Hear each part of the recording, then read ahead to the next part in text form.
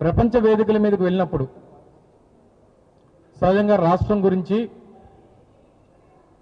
రాష్ట్రంలో ఉన్నటువంటి వనరుల గురించి, ఇక్కడ ఉన్నటువంటి అవకాశాల గురించి, ఇక్కడ ఉన్నటువంటి పరిస్థితులకు అనుగుణంగా పెట్టుబడుల గురించి చెప్పుకునేటువంటి పరిస్థితుల్ని సహజంగా ప్రపంచవ్యాప్తంగా చూస్తూ ఉంటాం. కానీ నిన్న మన రాష్ట్రం నుంచి వెళ్ళినటువంటి ముఖ్యమంత్రి గారు, వారి కొడుకు, వారి బృందం అంతా కూడా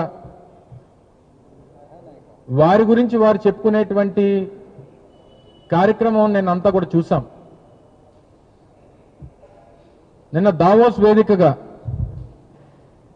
రాష్ట్ర ముఖ్యమంత్రి గారు, వారి కొడుకు, వారి సహచార మంత్రులు వీరందరూ కూడా మాట్లాడినటువంటి మాటలన్నీ కూడా చూసాం. మీరు కూడా రాష్ట్ర ప్రజలందరూ కూడా చూశారు.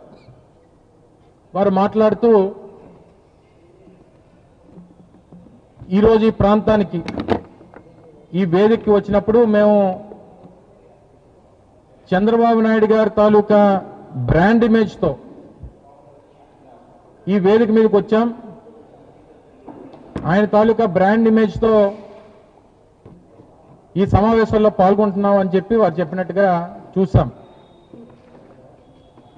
కానీ నాకు అనిపించింది ఏంటంటే, నాకే కాదు ప్రజలకు కూడా అనిపించింది ఏంటంటే, బ్రాండ్ ఇమేజ్తో వెళ్ళినట్టుగా కనబడలా, తెలుగుదేశం పార్టీ తాలూకా బ్రాండ్ మేళంతో వెళ్ళినట్టుగా కనబడింది.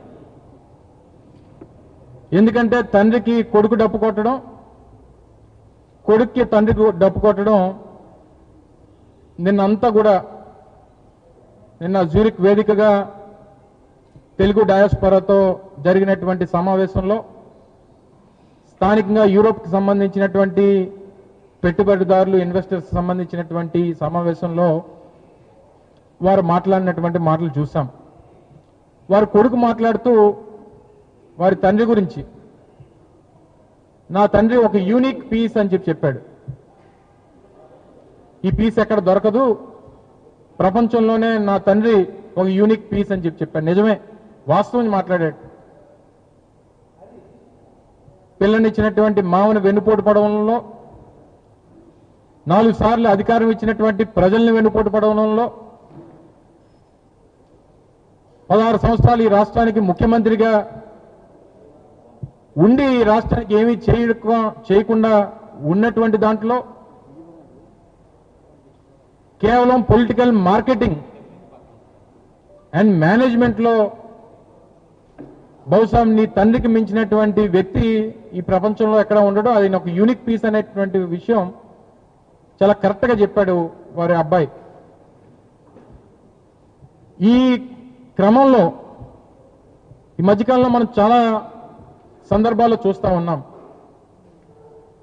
గడిచినటువంటి ఈ 2 సంవత్సరాలుగా వారు అధికారంలోకి వచ్చిన దగ్గర నుంచి జగన్మోహన్ రెడ్డి గారి హయాంలో జరిగినటువంటి కార్యక్రమాల్ని, వారి ప్రారంభించినటువంటి, వారు శంకుస్థాపన చేసినటువంటి కార్యక్రమాలకి, వారు నిర్మాణం చేపట్టినటువంటి కార్యక్రమాలకి, వారు తీసుకొచ్చినటువంటి పెట్టుబడులకి నేనే కారణం అని చెప్పి చెప్పుకునేటువంటి ప్రయత్నం గడిచినటువంటి 2 సంవత్సరాలుగా చంద్రబాబు నాయుడు గారు, వారి ప్రభుత్వం, వారి కొడుకు చేస్తున్నటువంటి క్రెడిట్ చోరీ కార్యక్రమాన్ని మనం చూస్తూ ఉన్నాం.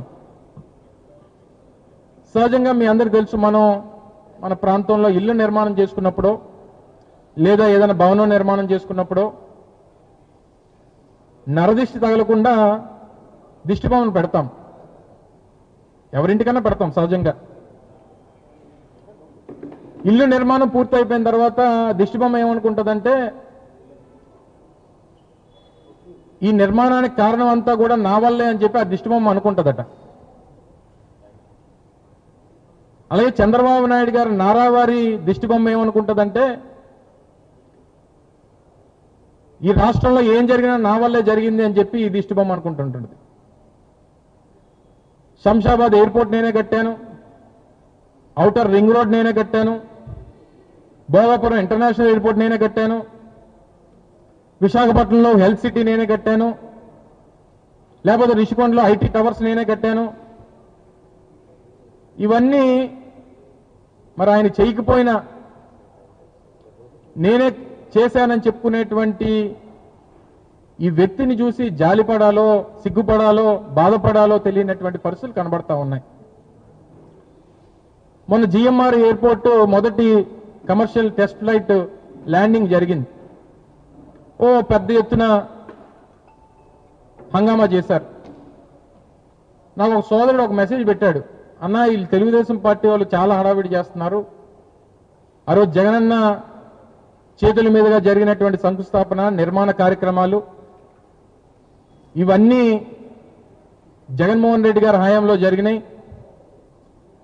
చంద్రబాబు నాయుడు గారేమో నేనే చేశానని చెప్పుకుంటున్నారు. ఒక్కసారి ఈసారి మళ్ళీ మాట్లాడినప్పుడు ఈ మాట అడుగన్నా మీ ద్వారా చంద్రబాబు నాయుడు గారిని అడగండి అని చెప్పి నా స్నేహితుడు ఒక ఆయన ఒక సలహా ఇచ్చాడు.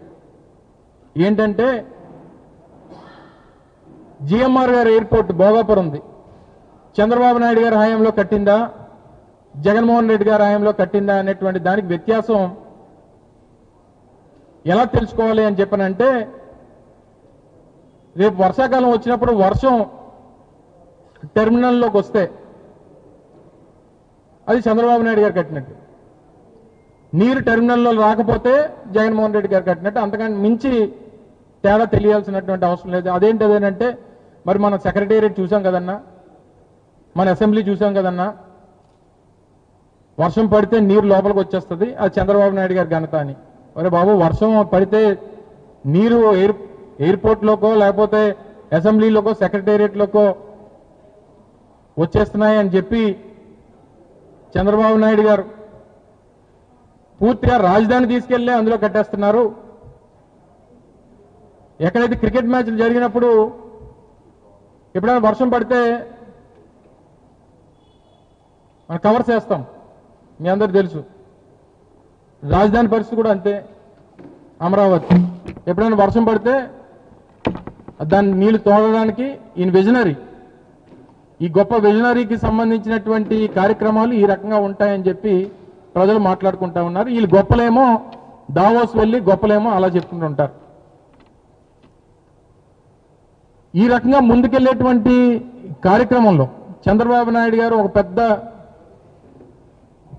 రాజకీయ మాయాజాలకుడు అనేటువంటి విషయం, ప్రజల్ని మభ్యపెట్టి మోసం చేసి అధికారం వచ్చిన తర్వాత ముంచేసేటువంటి రకం అనేటువంటిది ప్రజలు తెలిసినప్పటికీ మరోసారి మోసపోయారనేటువంటి విషయాన్ని మళ్ళీ తెలుసుకున్నారు. మరి రాజ్యాంగం ప్రకారం మరో 3 సంవత్సరాలు తప్పదు, బాధపడాలి, భరించాలి. వీటినన్నింటినీ కూడా అధిగమించేటువంటి కార్యక్రమం కూడా మనందరం కూడా చేయాలనేటువంటి విషయాన్ని కూడా ఈ సందర్భంగా తెలియజేస్తా ఉన్నాం.